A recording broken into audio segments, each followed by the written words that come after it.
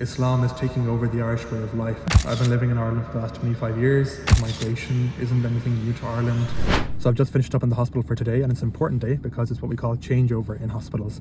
And that means that once a year in July, all of us resident doctors who aren't consultants have to move sites for our training and experience. So it's a time of change and a chance to reflect, I think, on the year.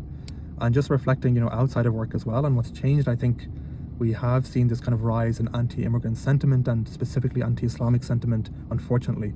So one example is what we saw yesterday in Tyrone, where there was a replica mosque put on top of a bonfire. There was an arson attack on a mosque on Talbot Street. There was a planned terrorist attack on Galway Mosque, which was thankfully circumvented by Garda By now, I suppose, we're all stretched financially, and this obviously causes frustration, uncertainty, and I think we're all looking for somewhere to pin this frustration on, and certain figures recognize this and think, let's direct this frustration and anxiety in a certain way, which gives them power and influence. And I think that's what we see today. And it's nothing new. It's what we saw in 1930s Germany. People's frustrations were definitely taken the wrong way. The sentiment that's used to hijack this fear is that Islam is taking over the Irish way of life, and it's a powerful statement. It grabs your attention. So the question is this actually the case? Well, I'm a proudly practicing Muslim, and I'll tell you what I get up to, and then you can be the judge. I work as a doctor. I've been living in Ireland for the last 25 years.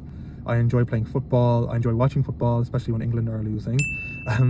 But a lot of my time outside of work is actually spent with a Muslim youth group, the Ahmadiyya Muslim Youth Association of Ireland.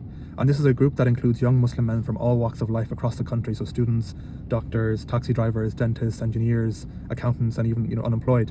And you can look at our Instagram page. I'll try and link it somehow to kind of get an idea of what we get up to. So we do have internal events where we try and increase our knowledge, but a lot of what we do is service to humanity. And examples of this include, like New Year's cleanups that we try and do every year in different counties, annual charity walks, charity cycles, blood drives in the north. We volunteer for our local St. Patrick's Day parades. And since 2015, we've been able to raise over 110,000 for local Irish charities. And that includes Simon Community, SVP, Bernardo's, Irish Red Cross, the Irish Cancer Society, and many others that we're really lucky to work with. So compare this impact with the impact on society of these self-proclaimed so-called noble protectors of the Irish way of life. We see burnt buses, burnt trams, shops looted, injuries to police, all of which is causes millions to the taxpayer and spreading a general fear in society. Anyone who studied Irish history knows that migration isn't anything new to Ireland. Like, millions of Irish people moved abroad for better opportunities.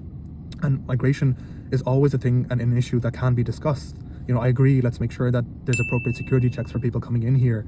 I agree that, we have to have enough resources to look after our own, before we share them out. But in my humble opinion, these discussions can all be had without burning our cities to the ground, without targeting innocent people who haven't had anything to do with setting these policies. And the second point is, how we respond. My feeling is that if you don't adequately condemn and discourage them, you run the risk of, one, emboldening these fanatics, and number two, the Muslims in society who hopefully, by now do work hard to better their local communities. These people will start to feel alienated. And what you'll get is like a fractured society and also a threat to a freedom of religion. There was a good response to the events in Tyrone yesterday. Local authorities did take action, and there was a strong statement by the Archbishop Jackson. And I think we need to continue the strong condemnation of these events. We need to try and stay united in turbulent times. There's a Shanacular saying that we all would have learned that goes, ska achela awar nadina, which means that it's in each other's shadows or shelter that we all live. Which I think is very important. So that's all I have to say. I hope my rambling was somewhat coherent. Hope that the coming year will be a good one, both professionally, inside the hospital and outside. So thank you, and Assalamu alaikum.